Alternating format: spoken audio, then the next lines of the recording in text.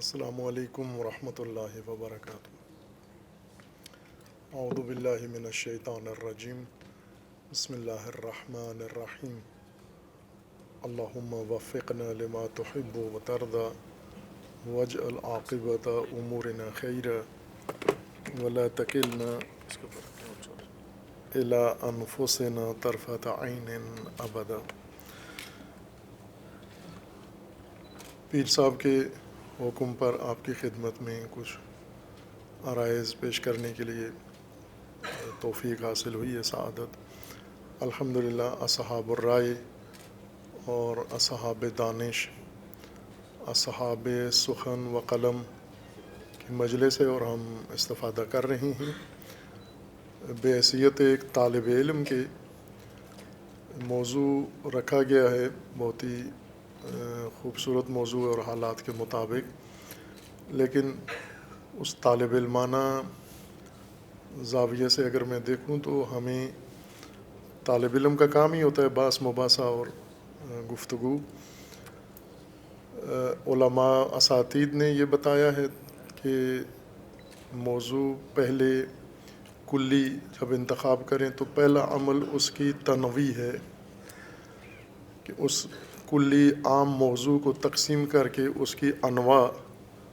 موضوع کے تحت جو اقسام آتی ہیں، نوع شمار ہوتی ہیں، وہ پہلے علیحدہ کر لیں، اور پھر انواع میں سے جس نوع کو آپ زیر بحث لانا چاہتے ہیں اس کی تصنیف کر لیں، یعنی اصناف بنا لیں اس کی، اور وہ صنف بحث کی یا موضوع کی جسے آپ زیر بحث لانا چاہتے ہیں اس کی تشخیص کر لیں۔ اور قانون بھی ہے یہ فلسفہ کا، الشیء ما لم یتشخص لم یوجد، شے جب تک تشخص نہ پیدا کر لے وجود میں نہیں آ سکتی۔ تو کوئی چیز بھی جو حقیقی عینی شکل اختیار کرتی ہے تو اس کو جزئی ہونا پڑتا ہے، اس کو تشخص حاصل کرنا پڑتا ہے، یعنی اس کلیت سے، اس ابہام سے، چونکہ یہ بھی اساتید فرماتے ہیں، اور یہاں الحمدللہ ایک سے بڑھ کر ایک اسٹیج پر بھی تشریف فرما ہیں اور سامنے بھی مشائخ اور بزرگوار تشریف فرما ہیں کہ کلیت کے اندر ابہام ہوتا ہے، تشخص کے اندر وضاحت ہوتی ہے۔ اسی لیے آپ سن رہے ہیں اساتید ہمارے جو گفتگو فرما رہے ہیں، کوئی بزرگ اپنی بحث کو معیشت کی طرف لے جاتا ہے رائے حل کے طور پر، کوئی سود کی طرف لے جا رہا ہے، کوئی سیاست کی طرف لے جا رہا ہے، کوئی خارجہ پالیسی کی طرف لے جا رہا ہے، کوئی پارٹی سسٹم کی طرف۔ اب ساری تو میں توفیق نہیں تھی، نہیں سن سکا، لیکن کلی موضوع میں ایسی گنجائش ہوتی ہے کہ اپنی مرضی سے خطیب جدھر چاہے اس کو موڑ لے۔ لہٰذا اگر اس کو جزئی بنا کر اور ایک وضاحت کے لیے اس کو کریں، یعنی طالب علمانہ سطح پر، اور میں خود شامی صاحب کے بیان سے مستفید نہیں ہوں، ڈاکٹر صاحب نے اشارہ کیا کہ انہوں نے تاکید فرمائی ہے کہ جذباتیت نہ دکھائی جائے، تو ظاہر ہے جس ترکیب میں کوئی موضوع زیر بحث ہوتا ہے تو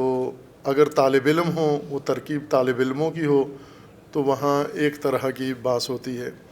اگر وہ ترکیب اصحاب رائے حضرات کی ہو تو وہاں ایک انداز سے بحث ہوگی، اگر وہ ترکیب مثلاً صوفی مجلس ہو، تصوف کی مجلس ہو تو وہاں ایک اور انداز سے گفتگو، ذوقی گفتگو کی جائے گی، عوامی مجمع ہو تو جذباتی گفتگو کی جائے گی، اگر دانشور ہوں تو پھر سنجیدہ اور استدلالی گفتگو کی جائے گی۔ تو وہ جو ترکیب ہم بناتے ہیں ظاہر ہے وہ بھی اس کے اندر مؤثر ہوتی ہے کہ ہم موضوع کو کس طرح سے چھیڑیں۔ اس موضوع میں میں اپنی گفتگو کے لیے کہہ رہا ہوں، باقی اساتید کی خدمت میں جزارت نہیں کرتا کہ آخر کوئی تو رائے حل ہوگا، تو ہم پہلے وہ جس چیز کا رائے حل ہمیں چاہیے اس کو تو معین کریں کہ کس کا رائے حل ہمیں چاہیے۔ عرصے سے میرے ذہن میں یہ سوال تھا کہ چونکہ یہاں پر بھی جو مجموعی طور پر محفل کا رنگ ہے وہ مذہبی ہے، ہر چند مذہبی شناخت علیحدہ علیحدہ ہوگی، لیکن پیر صاحب خود میزبان بھی مذہبی ہیں اور مہمان بھی مذہبی شناخت اور پہچان رکھتے ہیں۔ مذہبی سیاست میری نظر میں پاکستان میں جو زیادہ انجام پا رہی ہے اس کی کوئی واضح تصویر نہیں ہے، مذہبی سیاست کیا ہوتی ہے، کس کو کہتے ہیں، اس لیے اس کے اندر بھی ابہام ہے۔ اگر میں کہوں کہ مذہبی سیاست کا ایک بہت واضح مثال ہمارے پاکستان کے اندر جماعت اسلامی ہے، اور جماعت اسلامی نے جو لائن لکیر کھینچی ہے مذہبی سیاست کی، وہی دوسروں نے بھی اپنائی ہے، اور وہ ہے نظریہ اس کے پیچھے اسلام ہے، جس طرح انہوں نے ڈاکٹر صاحب نے بھی اشارہ فرمایا، اور ان کے مرشد اعلیٰ حضرت سید ابوالعلا مودودی رحمۃ اللہ علیہ، انہوں نے بھی بیان فرمایا کہ رائے حل اسلام ہے اور اس میں کوئی شک نہیں ہے۔ تو کیا اسلام میں سیاست کا کوئی نقشہ ہے یا نہیں ہے، یا یہ کہ اسلام صرف ہمیں ایک ہدف دیتا ہے اور اس ہدف کے لیے روش اور میتھڈ کے لیے ہمیں آزاد چھوڑ دیتا ہے کہ وہ آپ کہیں سے بھی لے سکتے ہیں؟ پاکستان میں مذہبی سیاست نے جو عمومی رنگ اختیار کر لیا وہ انتخابی سیاست ہے، اور انتخابی سیاست کا تجربہ گزشتہ اگر 70 سال نہ بھی ہوں تو چونکہ بیچ میں انتخابات نہیں بھی ہوئے تو آپ کہہ سکتے ہیں 50 سال سے زیادہ کا عرصہ بنتا ہے، اور نتیجہ آپ کے سامنے ہے۔ مذہبی سیاست میں مذہب کو شعار بنا کر جب میدان سیاست میں اترتے ہیں تو اس میں نہ اہداف مذہبی ہوتے ہیں، نہ مقاصد مذہبی ہوتے ہیں، نہ طریقہ مذہبی ہوتا ہے۔ میں اپنے شیعہ جمعیت کے بعض مساجد میں جھگڑے جب ہوتے ہیں تو میں انہیں اس طرف متوجہ کرتا ہوں کہ آپ مساجد کا نظام، مساجد اللہ کا گھر ہے، دین کا مرکز ہے، ہیڈ کوارٹر ہے، اسلام کا مرکز ہے، اور اس کو آپ جمہوری طریقے سے چلاتے ہو، مسجد کی ایک انجمن بناتے ہو، پھر اس میں الیکشن کرواتے ہو، اور اس کے جو عہدے آپ نے رکھے ہوئے ہیں، صدر ہے، جنرل سیکرٹری ہے، نائب صدر ہے، اور سیکرٹری مالیات ہے، فلاں ہے فلاں ہے، وہ جتنی کابینہ حکومت کی جمہوری نظام میں بنائی جاتی ہے، پارلیمانی نظام میں، وہ ساری آپ نے مسجد میں رکھی ہوئی ہے۔ اللہ کا گھر آپ اس طریقے سے چلا رہے ہو تو کیا اللہ نے آپ کو مسجد کا حکم دیا ہے، ساتھ چلانے کا نظام نہیں دیا؟ وہ تو دیا ہے، اللہ نے امامت کا نظام ہے کہ مسجد میں امام ہوگا اور مسجد میں امت ہوگی اور مسجد میں اقتداء ہوگی۔ تو امامت کے ذریعے مسجد کا نظام کیوں نہیں چلاتے؟ امام کو صرف آپ نے تنخواہ پہ ملازم رکھا ہوا ہے، اور صدر چودھری صاحب یا کوئی خان صاحب یا کوئی شاہ صاحب یا کوئی بھی ہیں جن سرمایہ دار ہیں جنہوں نے مسجد میں پیسے دیے ہیں، وہی انجمن کے صدر ہو جاتے ہیں، متولی ہو جاتے ہیں، اور امام ملازم ہوتا ہے اس انجمن کا یا اس بانی کا، پیسے والی شخصیت کا۔ تو اس طرح سے اللہ کا گھر تو نہیں چلتا، یہ تو ایک خود سیدھا اللہ کے گھر کے ساتھ بھی مذاق ہے اور اللہ کے نظام کے ساتھ بھی مذاق ہے۔ تو جس طرح ہم مسجدیں اللہ کا گھر ہے، دینی مرکز ہے، اور غیر دینی طریقے سے چلاتے ہیں ہم ان کو کوئی اس کے اندر کیا مسجد چلانے کے لیے، مسجد کے نظام کے لیے کوئی سسٹم اسلام نے نہیں دیا ہمیں؟ رسول اللہ صلی اللہ علیہ وآلہ وسلم نے مسجد بنائی، کیا چلائی نہیں؟ اس کو تدبیر نہیں کیا؟ اور پھر عہد اول میں جتنے خلفاء کے دور میں مساجد بنی اس کو اس طریقے سے چلاتے تھے جیسے آج ہم مساجد چلا رہے ہیں۔ تو مملکت بھی اسی طرح سے ہے۔ اگر اسلام نے ہمیں نظام دیا ہے، قانون دیا ہے، آئین و منشور دیا ہے جس پر ہم زیادہ بولتے ہیں، تو اس آئین و منشور میں آیا حاکمیت کے انتخاب کا یا حاکمیت کے چناؤ کا کوئی واضح تصور نہیں ہے؟ وہ ہم نے الیکشن سے کرنا ہے۔ تو یہ جو ایک مذہبی سیاست کا رخ انتخاب کی طرف چلا گیا ہے، اور عملی طور پر سیکولر اور مذہبی سیاست آپس میں مل گئی ہیں، اور پھر سیکولر سیاست کا غلبہ اتنا آیا ہے کہ مذہب کو فقط ٹچ کا نام دے دیا گیا ہے کہ آپ ٹچ کے طور پر سیاست میں اتنی گنجائش ہے آپ کے پاس، لیکن کبھی بھی آپ حاکمیت تشکیل نہیں دے سکتے۔ خوب یہ ظاہر ہے، شاید میں یہاں بھی طالب علمانہ بعض بزرگوں کی خدمت میں عرض کر رہا ہوں، تو میں وہ اپنے طالب علمانہ ذہن سے عرض کر رہا ہوں کہ اگر ہم چاہتے ہیں رائے حل نکالنا تو پہلے ہم اس موضوع کو تقسیم کریں اور بہت سارے جزئی موضوعات اس کے بنائیں، پھر ہر موضوع پر ایک سیمینار کریں، اور اس سیمینار میں بھی ترکیب ایسی رکھیں کہ جس میں جیسے شامی صاحب چاہتے ہیں، جس طرح ان کا دل کرتا ہے اس طرح کی گفتگو کریں۔ یہ نہ ہو کہ ترکیب ایسی ہو کہ انہیں حتماً جذباتیت دکھانا پڑے اور ہر صورت میں انہیں داد لینی پڑے، یعنی اس طرح کی ترکیب ہو کہ جس میں ایک طالب علمانہ انداز سے گفتگو کی جا سکتی ہو. تو میں یہ عرض کرنا چاہ رہا ہوں کہ ہمارے بزرگان جو یہاں تشریف فرما ہیں اور جو یہاں نہیں بھی ہیں، ایک دفعہ بیٹھ کر سنجیدگی سے اسلامی اصولوں کی روشنی میں مذہبی سیاست کے خد و خال تو واضح کر لیں. جیسے مسجد کی مثال دے کر میں نے عرض کیا کہ آپ مملکت اگر آپ کو دے دی جائے تو کیا کرو گے اس کے ساتھ؟ آپ وہی جو وہ کر رہے تھے وہی آپ کرو گے. جیسا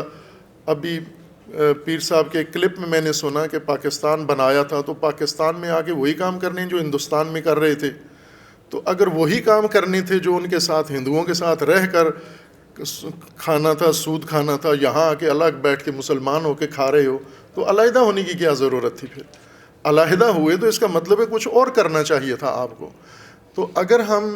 یہ ایمان رکھتے ہیں اور اعتقاد رکھتے ہیں، ایک تو یہ ہے نا کہ جیسے عام تصور ہے اسلام کے بارے میں کہ اسلام ہمیں احکام سکھانے آیا ہے، عبادات، اخلاقیات، اور ہماری آخرت کے لیے آیا ہے. یہ ایک عمومی تأثر مسلمانوں کے اندر ہے. لیکن حضرت مولانا مودودی رحمۃ اللہ علیہ اور علامہ اقبال رحمۃ اللہ علیہ اور یہ طبقہ، یہ قبیلہ اسلام شناس علماء کا، اور امام خمینی رحمۃ اللہ علیہ، ان لوگوں کا یہ کہنا ہے کہ نہ، یہ اسلام کا یہ مقصد نہیں ہے. اسلام آیا ہے بلکہ انسان کی یہی زمینی زندگی، آخرت اس زمینی زندگی میں بنتی ہے، اس زمینی زندگی کی ہدایت کے لیے آیا ہے، اور اس کے ہر شعبے کی ہدایت کے لیے رہنمائی لے کر آیا، نظام لے کر آیا ہے. احکام قرآن نے، اللہ تعالیٰ نے نظام کے اندر مقرر کیے ہیں. آج ہم سود کا مسئلہ بنا ہوا ہے کہ سود 19 سال کیس چلا ہے، اور 19 سال بعد شریعت کورٹ کو سمجھ میں آئی ہے سود حرام ہے. 19 سال لگے ہیں ایک مسلمان ملک میں کیس کرنے کے بعد. ویسے 75 سال پہلے سے رہا ہے، لیکن 19 سال تو یہ سمجھنے میں جج صاحب کو لگ گئے ہیں شریعت کورٹ کے کہ سود حرام ہے، اور کتنے دلائل دینا پڑے، اور جماعت نے کتنی کوششیں کی. آج جب حکم صادر بھی ہو گیا تو وزیر نے کہا کہ ہم کورٹ سے پوچھیں گے کہ اس کو کیسے حل کیسے کریں، سود ختم کیسے کریں. خوب ڈاکٹر صاحب نے بھی اشارہ کر دیا کہ آپ کر سکتے ہیں، لیکن ایک دفعہ تجربے، ایک دن کے لیے سود ختم کر کے دیکھیں پھر کیا ہوتا ہے، عملاً نتیجہ گراؤنڈ کا کیا نکلتا ہے، تو بہت کچھ سمجھ میں آ جائے گا ہمیں. اس کے لیے ہمیں اسلامی نظام یوں نہیں ہے کہ ہم جس طرح کیا گیا اسلامی بینکنگ جس طرح سے ابھی ہے کہ وہی سود کو اسلام کا رنگ چڑھا کر اس کے ٹائٹل بدل کے، اس کے نام بدل کے اس کو کہیں یہ حلال ہو گیا ہے. ایسا نہیں ہو سکتا. حرام پر چھری پھیر کے کلمہ پڑھ کے اللہ کے نام پر اس کو ذبح کریں، وہ حلال نہیں ہو جاتا. آپ کتنے حرام جانور ہیں نا، اب میں وہ نجس جانوروں کا نام نہیں لیتا، حرام جانور جو دوسرے بھی ہیں موجود، اگر آپ کسی گیدڑ کو، بھیڑیے کو چھری پھیریں تو حلال تو نہیں ہو جاتا، وہ حرام ہی رہتا ہے پھر بھی. تو یوں نہیں ہے کہ ہم کسی چیز کو بھی تھوڑا سا اس کے اندر ورد پڑھ دیا تو وہ حلال ہو جائے گا. اگر واقعاً ہم معتقد ہیں کہ جس طرح یہ بزرگ ہیں کہ اسلام نظام رکھتا ہے، تو پہلے تو وہ نظام استنباط کرو، استخراج کرو، اس نظام کو تدوین کر کے. نسل حاضر چاہتی ہے، موجودہ نسل چاہتی ہے اسلام پہ آنا، لیکن کیا کرے آگے؟ اسلام کے نام پر کیا رکھا ہوا ہے؟ جنرل قسم کی باتیں ہیں. آپ اس کو زمینی بنائیں، اس کو سسٹم میں تبدیل کریں، اس کے اس طرح سے قوانین ضوابط بنائیں کہ وہ عملی ہونا، اس کو نظر آ جائے کہ یہ ہو سکتا ہے، ہم اس پر عمل کر سکتے ہیں. اور یہ کام وہ ہے کہ مثلاً یہ مدارس علمیہ کا کام ہے، جو دینی بجٹ بھی کھاتے ہیں، دینی تعلیم کا ذمہ دار بھی ہیں. انہیں چاہیے کہ وہ اساتید اور ان کے فارغ التحصیل وہ بیٹھ کر اسلامی نظام منابع سے نکالیں. اور پھر ہماری یونیورسٹیاں ہیں، ہمارے اسکالرز ہیں، دانشور ہیں، یہ اس سطح کی بات ہے کہ وہ اکیڈمک کام پہلے کر کے پھر لائیں، اس کو ہم قیادت کے سامنے لائیں. ہمارے قائدین، ہم انہیں یہ ٹاسک دے دیتے ہیں کہ اسلامی نظام، قائد کا کام نہیں ہوتا، وہ اسلامی نظام نکال بھی نہیں سکتا دلیل سے نظام نکالنا یہ مجتہد کا کام ہوتا ہے، قائد کا کام نہیں ہوتا. قائد کو ایک تیار چیز ملتی ہے، وہ اس کو امت کے اوپر نافذ کر دیتا ہے. یہ پیچھے اس اکیڈمک ٹیم کا کام ہوتا ہے، وہ یہ کام کرے. بہرکیف خوبصورت آغاز ہے، پیر صاحب نے کیا ہے ہمیشہ کی طرح، اور امید ہے کہ انشاءاللہ یہی گفتگو کا سلسلہ آہستہ آہستہ سنجیدگی اختیار کرے گا اور نتیجہ نکلے گا انشاءاللہ. اور جو اساتید موجود ہیں اور دیگر انشاءاللہ اس پہ کوشش کریں گے اور ہم ان کے علمی ثمرات سے بہرہمند ہوں گے. والسلام علیکم ورحمۃ اللہ۔